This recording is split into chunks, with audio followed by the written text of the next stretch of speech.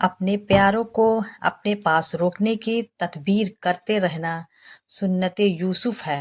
हज़रत यूसुफ अलैहिस्सलाम को बादशाह का ख्वाब दिखाया। आपको भी पता चल गया, एक मौजूदा नबी है तो दूसरा मुस्तकबिल का नबी है, मगर दोनों को हवा नहीं लगने दी। यह कैसे हो गया? ख्वाब खुशी का था मगर चक्का गम का चला दिया। यूसुफ 2 किलोमीटर दूर कुएं में पड़ा है मगर खुशबू नहीं आने दी।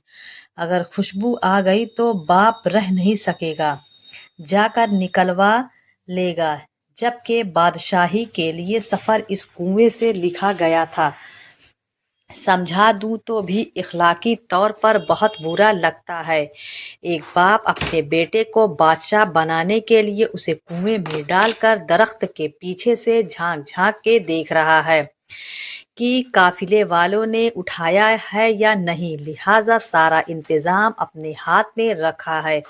अगर यूसुफ के भाइयों को पता होता कि इस कुएं में गिरना बादशाह बनना है और वह यूसुफ की मुखलफत करके उसे असल में बादशाह बनाने में अल्लाह ताला की तरफ से इस्तेमाल हो रहे हैं, तो वह एक दूसरे की मिन्नतें करते कि मुझे धक्का दे दो और मुझे कुएं में फेंक दो। यूसुफ अजीज मिस्र के घर गए तो नेमतों के माहौल से उठकर जेल में डाल दिया। अपना आमाल उसरी जेल के सामने की ताबीर बताई तो बच जाने वाले से कहा कि मेरे केस का जिक्र करना बादशाह के दरबार में करना, मगर मुनासिब वक्त तक यूसुफ को जेल में रखने की स्कीम के तहत शैतान ने उसे भुला दिया। यूं शैतान भी अल्लाह की स्कीम को समझ ना सका और बतौर टौल इस्तेमाल हो गया।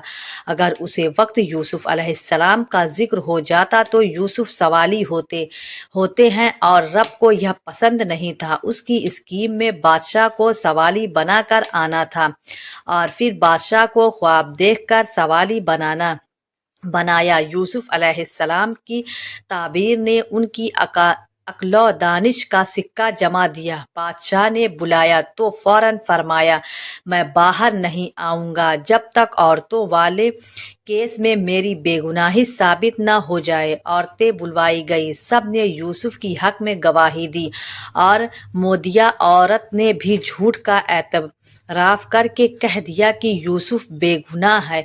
वही कैद का ख्वाब जो बादशाह को यूसुफ के पास लाया था, वही कह धमका कर यूसुफ के भाइयों को भी उनके दरबार में ले आया और दिखा दिया कि यह वह बेबस मासूम बच्चा है जिसे तुम्हारे हसद ने बादशाह बना दिया।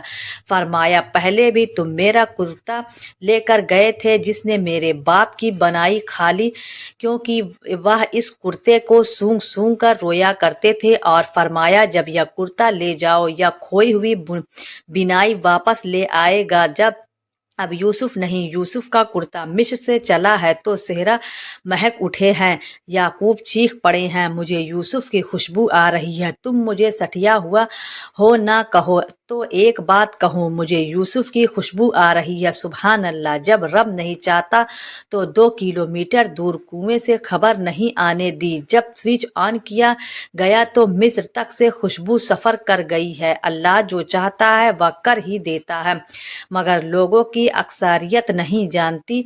अगर कोई सायना आदमी होता तो जैसा कि आज का मॉडर्न मैन है तो वह कुएं में फैसला कर लेता, जब कोई मौका मिला मैं एक भाई को भी नहीं छोड़ूंगा। हज़रत यूसुफ अलैहिस्सलाम ने यह फैसला नहीं किया क्योंकि वह पैगंबर है और उन्हें कुएं में एक आवाज़ आई कि मुबारक हो, पैगंबरी का सफ़र शुरू हो गया। उसके बाद काफिले वालों ने आपको कुएं से बाहर निकाला।